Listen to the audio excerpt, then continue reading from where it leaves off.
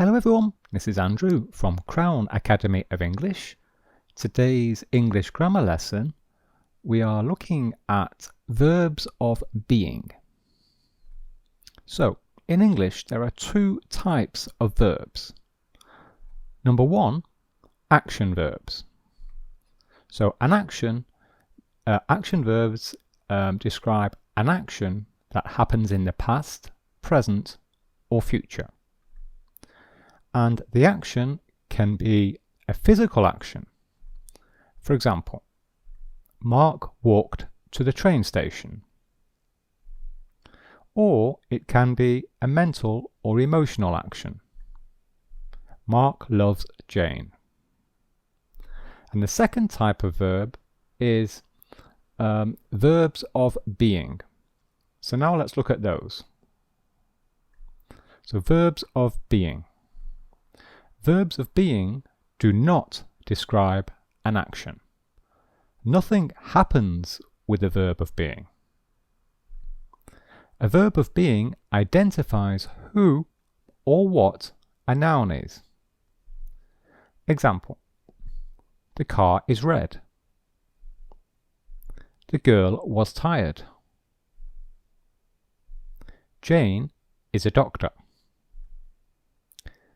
The animal is a leopard. Okay? So we're giving the identity of the subject. Okay? So we have the subject, then we have the verb, and then this is in fact what we call a subject complement. It gives us more information about this subject. This gives us more information about the girl. This gives us more information about Jane. Okay, so it's modifying the subject, in fact. Okay, and also a verb of being tells the reader when and where someone or something exists. So the eggs are in the fridge. Okay, so are in the fridge. Here we are telling the reader where the eggs are, okay, the location of the eggs. Mark was in New York yesterday. Okay, but in all of these examples, the verbs of being, we are giving more information about the noun, about the subject. So I have a question for you. What is the verb that we're using in all of these examples? What verb is this?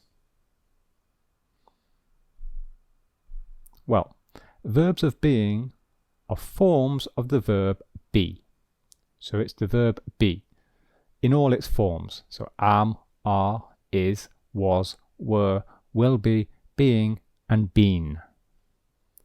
However, other verbs can also act as verbs of being. So it's not only the verb be. We also have the verb become, seem, appear, feel. Example: Mark is becoming angry.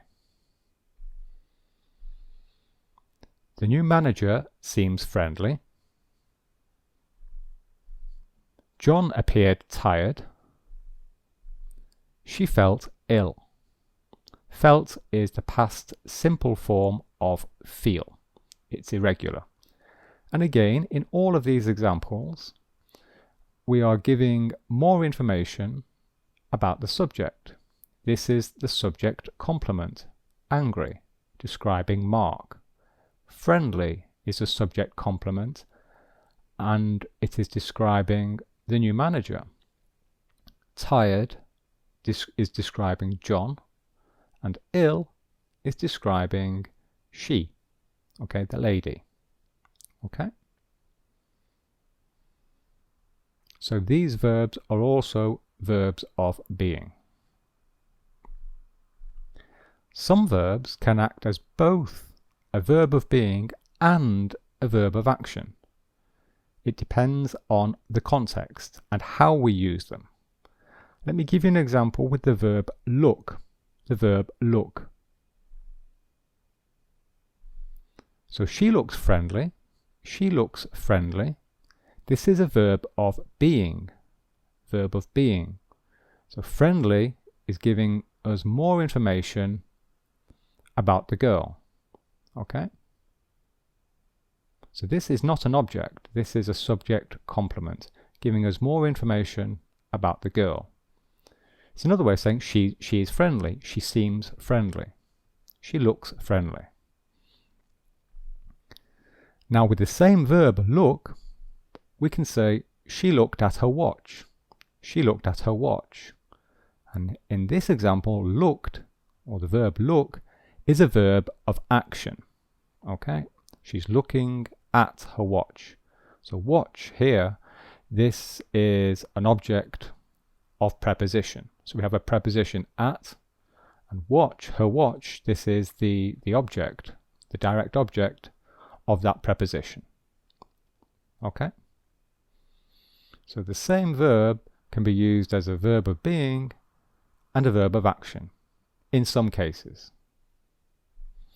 So another example, this room smells terrible. Okay, this room smells terrible.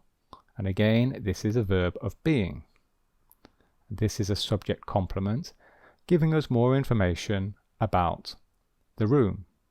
So this is an adjective, giving us more information about the subject. But here, this is a verb of action. It's the same verb, but now we're using it as a verb of action. Claire is smelling the flower. We have a subject, we have a verb of action, and here we have a direct object. A direct object. This is not a subject complement. This is a direct object. Okay? What is Claire smelling? She's smelling the flower. So when do we use verbs of being? Well, we often use verbs of being to describe a scene before the action starts. So when we're writing a story, we often set the scene using verbs of being where there is no action. And then when the action starts, we use verbs of action. So here is a little story. Jane was on the couch in the living room. Verb of being. The room was very bright. Verb of being.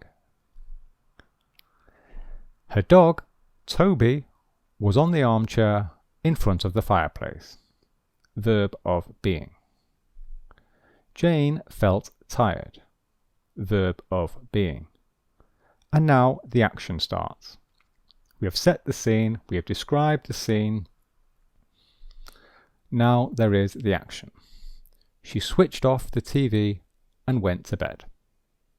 Okay, so here we can see how we use verbs of being in a story to describe the scene, and then we have the action. Okay? Just have a look at this. Jane felt tired. Is there any other way that we can say this?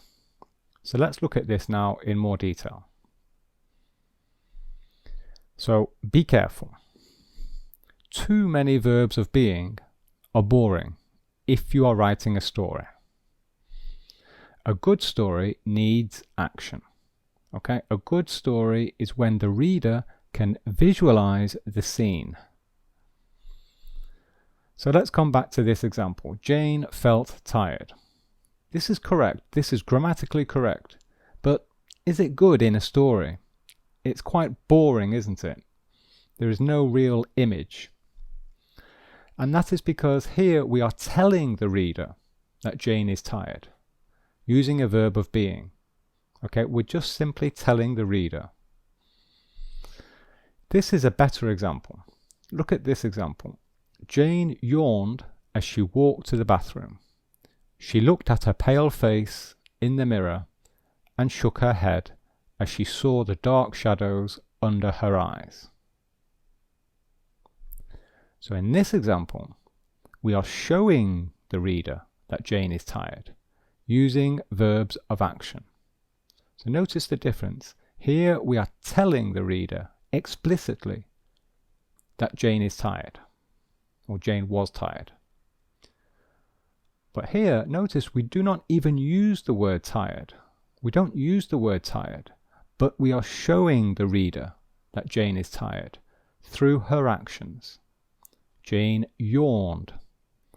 She looked at her pale face in the mirror and shook her head, so she's obviously disappointed and upset because she saw the dark shadows under her eyes.